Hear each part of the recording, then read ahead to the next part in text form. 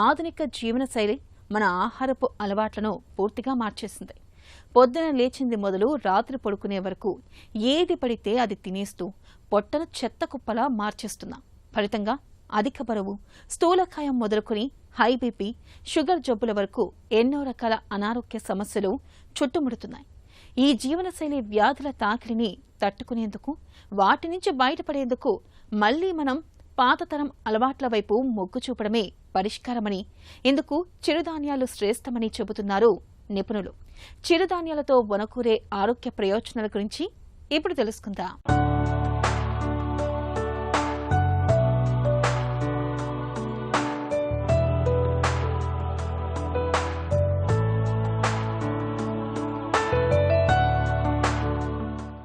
ఈ రోజుల్లో మనం తినే ఆహారమే మన శరీరానికి విషంలా పరిణమిస్తోంది.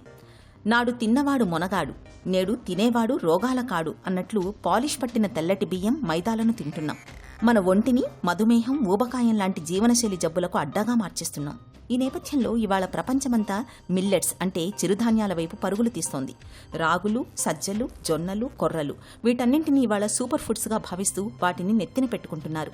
నిజానికి మనం తినే తెల్లటి అన్నం తిన్న వెంటనే రక్తంలోకి గ్లూకోజ్ని ఉప్పనలా విడుదల చేస్తే, చిరుధాన్యాలలో ఉండే కాంప్లెక్స్ కార్బోహైడ్రేట్లు, పీచు పదార్థాలు గ్లూకోజ్ని నెమ్మదిగా రక్తంలోకి విడుదల చేస్తాయి. దీంతో రక్తంలో గ్లూకోజ్ తీవ్రమైన హెచ్చుతగ్గులకు లోను కాకుండా చక్కగా అదుపులో ఉంటుందని చెబుతారు నిపుణులు. ఇవాళ రేపు చిరుధాన్యాలంటూ ఎక్కువగా వాడుకలోకి వస్తూ ఉంది. ధాన్యము, గోధుమల కంట ఇవి ఎక్కువగా బాగుంటుందని చెప్పి వాడుతూ ఉన్నారు. ఈ చిరుధాన్యాల్లో చాలా మటుకు పోషక విలువలు, విటమిన్లు ఇటువంటి ఎక్కువగా ఉంటాయి.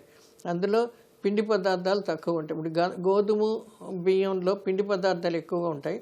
ఈ మరపట్టడంలో మటుకు అందులో చాలా మటుకు పోషక విలువలు, శరీరానికి కావాల్సిన పోషక పదార్థాలన్నీ ఈ మిల్లింగ్ ప్రాసెస్లో అయిపోతూ ఉంటాయి అన్నమాట. ఇటు చిరుధాన్యాల్లో ఏంటంటే మొలకెత్తిన గింజలు పచ్చిగా తినచ్చు, ఉడకబెట్టి తినచ్చు, పిండిగా చేసి లేకపోతే జావల కింద చేసి ఏ రకంగా వాడుకో ఉండొచ్చు. ఈ చిరుధాన్యాల్లో ఇనుము ఎక్కువగా ఉంటుంది. తర్వాత ఎప్పుడైతే మనం మొలకెత్తామో అందులో vitamin A, vitamin C, vitamin B, ఇటువంటి బి కాంప్లెక్స్ వైటమిన్లు చాలా ఎక్కువగా ఉంటాయి. రెండోది ఏంటంటే ఇందులో ఉన్న పీచు ఏదైతే ఉందో అది చాలా జీర్ణమయ్యే టైప్ ఆఫ్ పీచు కాబట్టి వీళ్ళకి ఏ రకమైన కాన్స్టిపేషన్ అంటూ ఉండదు. చంటి పిల్లలకి పాలు బదులు ఇటువంటి చిరుధాన్యాలతోటి దాన్ని పలచగా పాలు కింద చేసి 8 నెలల నుంచి వాళ్ళకి పెడుతూ ఉంటే వాళ్ళు చాలా మంచి. ఇందులో ఇనుము ఎక్కువగా ఉంటుంది కాబట్టి చాలా ఆరోగ్యకరంగా ఉంటూ ఉంటుంది. వాళ్ళందరికీ ఇవ్వచ్చు. ఇలాగా ఈ చిరుధాన్యాలు ఎన్నో రకంగా ఇస్తూ ఉంటే చాలా మంచిది. ఇటు షుగర్ పేషెంట్స్కి కార్బోహైడ్రేట్స్, పిండి పదార్థాలు ఎక్కువ ఉండవు. ధాన్యము, గోధుమల్లోనేమో బయట ఉన్న పీచంతా తీసేస్తాము, లోపల ఉన్నది ఉత్తి పిండిదే మనం వాడుతూ ఉంటాం కాబట్టి పిండి పదార్థం ఎక్కువ అవడం, క్యాలరీస్ ఎక్కువ అవడం వలన షుగరు, బీపీలు ఇవన్నీ పెరుగుతూ ఉంటాయి. కానీ ఇటు ఈ చిరుధాన్యాల్లో ఏంటంటే మనం పొట్టుతో పాటు పిండి ఆడించి మనం చాలా మటు విసరకుండా వంటలు చేస్తాం కాబట్టి ఇది అంతా ఒంటికి ఫైబర్ కింద పట్టి కాన్స్టిపేషన్ ఉండదు. తర్వాత ఒంటికి కావాల్సినంత పీచు బాగుంటుంది, ఆరోగ్యకరంగా ఉంటుంది. అన్ని వయసుల వాళ్ళు ఎక్కువగా వాడుకోవడం చాలా మంచిదండి. చిరుధాన్యాల్ని పోషకాల సిరులుగా చెప్పుకోవచ్చు. బియ్యంలో ప్రోటీన్లు కేవలం 6-7 గ్రాములు మాత్రమే ఉంటాయి. మిగతాదంతా పిండి పదార్థమే. కొవ్వు చాలా తక్కువగానే ఉంటుంది. అదే జొన్నలు, కొర్రల్లో మాంసకృతుల మోతాదు ఎక్కువ. బియ్యం, చిరుధాన్యాలు రెండింటిలోనూ పిండి పదార్థం ఒకే మోతాదులో ఉన్నా బియ్యంలోని పిండి పదార్థం త్వరగా జీర్ణమైపోతుంది. ఇందులో పీచు తక్కువ. అదే చిరుధాన్యాల్లోని పిండి పదార్థం నిదానంగా జీర్ణమవుతుంది. ఇది మంచిది. వీటిలో పీచు అధికం. చిరుధాన్యాల అన్నం కొద్దిగా తినగానే కడుపు నిండినట్లు అనిపిస్తుంది. ఆరోగ్యానికి ఇదే మంచిది. ఇనుము, కాల్షియం, జింక్ వంటి సూక్ష్మ పోషకాలు వరి బియ్యంలో కంటే చిరుధాన్యాల్లోనే అధికం. రాగుల్లో కాల్షియం దాదాపు పాలతో సమానంగా ఉంటుంది. సజ్జల్లోనూ కాల్షియం బియ్యంతో సమానంగా ఉంటుంది. జొన్నలు, సజ్జలు, కొర్రల్లో గోధుమలతో సమానంగాను, రాగులు, వరిగలు, సామల్లో బియ్యంతో సమానంగానూ ఉంటాయి. తౌడు తీసేస్తాం కాబట్టి బియ్యంలో కొవ్వు ఉండదు. కానీ చిరుధాన్యాల్లో పొట్టు తీసినా కాస్త కొవ్వు ఉంటుంది. పైగా ఇది మంచి కొవ్వు. బియ్యంలో మాదిరిగానే చిరుధాన్యాలతోనూ 330-340 కిలో క్యాలరీల శక్తి లభిస్తుంది. సజ్జల నుంచి కాస్త ఎక్కువగా లభిస్తుంది. బియ్యంతో పోలిస్తే పీచు చిరుధాన్యాల్లో 60% ఫైబర్ ఎక్కువగా ఉంటుంది. కాబట్టి వీటితో మలబద్ధకం తక్కువ. ఈ పీచు పేగుల్లో మంచి బ్యాక్టీరియా వృద్ధి చెందడానికి దోహదం చేస్తుంది. ఇటు ఈ చిరుధాన్యాల్లో పీచుతో పాటు తింటాం కాబట్టి ఇందులో దుష్పరిణామాలు చాలా ఎక్కువ ఉండవు.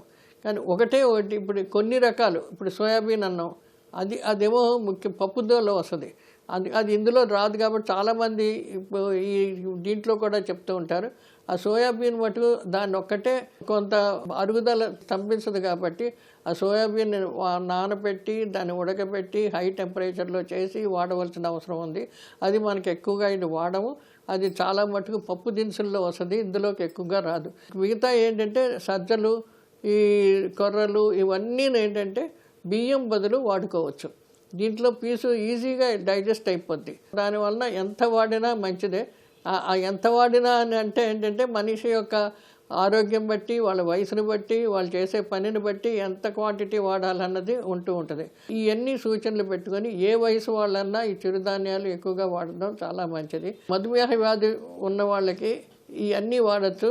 వాళ్ళ యొక్క శక్తిని బట్టి, వాళ్ళ యొక్క వయసును బట్టి, వాళ్ళు చేసే పనిని ఆధారించుకుంటూ బియ్యంకు బదులు ఈ ఎక్కువగా వాడుతూ ఉంటే చాలా మట్టుకు వీళ్ళకి డైజెషన్ వస్తుంది. తర్వాత ఇంకోటి ఏంటంటే షుగర్ వాల్యూస్ బాగా పెరగవు, షుగర్ కంట్రోల్లో ఉంటుంది. అని అలాగని చెప్పి బాగా ఎక్కువ తీసుకోకూడదు. దానికి కూడా ఒక మోతాదుగా ఒక జావలాగా కానీ, అన్నంలో కానీ, లేకపోతే రొట్టెలో కానీ అలాంటి ఎలా తీసుకున్నా పర్వాలేదు. అది కూడా క్రమబద్ధంగా టైమింగ్స్ వాడుకుంటూ ఏ టైం ప్రకారంగా ఆ టైం తీసుకుంటూ ఉండాలి. పర్లేదు కదా అని ఎక్కువ జావలాగా తాగేసి దాంట్లో షుగర్ వేసుకొని తీసుకుంటూ ఉంటే మళ్ళీ అది మామూలు బియ్యం జావ తీసుకున్నట్లే వస్తుంది. అలాంటి జాగ్రత్తలు తీసుకోవాల్సిన అవసరం ఉందండి. అతిగా తింటే అమృతం కూడా విషమే అన్న సామెత చిరుధాన్యాలకు 100కు 100% వర్తిస్తుంది. మిల్లెట్స్ తింటే షుగర్ తగ్గిపోతుందని నమ్మి 3 పూటలా కేవలం మిల్లెట్స్ అన్నం తినడం మంచిది కాదు. చిరుధాన్యాలలో ఫైటేట్స్, గోయిట్రోజన్స్ అనే యాంటీ న్యూట్రియంట్స్ ఉంటాయి. మిల్లెట్స్ని అతిగా సరైన పద్ధతిలో ఉడికించకుండా తింటే ఈ ఫైటేట్స్ శరీరంలోకి కాల్షియం, ఐరన్ చేరకుండా అడ్డుకుంటాయి. ఫలితంగా ఎముకలు బలహీనపడడం, రక్తహీనత రావడం జరుగుతుంది. చిరుధాన్యాలను మన ఆహారంలో చేర్చుకోవడానికి కొన్ని ఖచ్చితమైన నియమాలు ఉన్నాయి. మిల్లెట్స్ని వండటానికి ముందు కనీసం 6 నుండి 8 గంటల పాటు నీళ్లలో బాగా నానబెట్టాలి. ఇలా నానబెట్టడం వల్ల వాటిలో ఉండే హానికారకమైన ఫైటేట్స్ కరిగిపోయి పోషకాలు ఒంటికి పడతాయి. రాగి జావను మజ్జిగతో కలిపి అంబలిలా తీసుకుంటే శరీరానికి చలువ చేస్తుంది. వరి అన్నాన్ని పూర్తిగా బంద్ చేయాల్సిన అవసరం లేదు. వారంలో 3 లేదా 4 రోజులు రోజుకు 1 పూట మాత్రమే మిల్లెట్స్ని తీసుకోవడం ఉత్తమం. ముఖ్యంగా థైరాయిడ్ ఉన్నప్పుడు సజ్జలకు దూరంగా ఉండాలి. చిరుధాన్యాలు ఖచ్చితంగా మంచి ఆహారమే, కానీ వాటిని అడ్డగోలుగా కాకుండా పద్ధతిగా తిన్నప్పుడే అవి సూపర్ ఫుడ్స్లా పనిచేస్తాయి.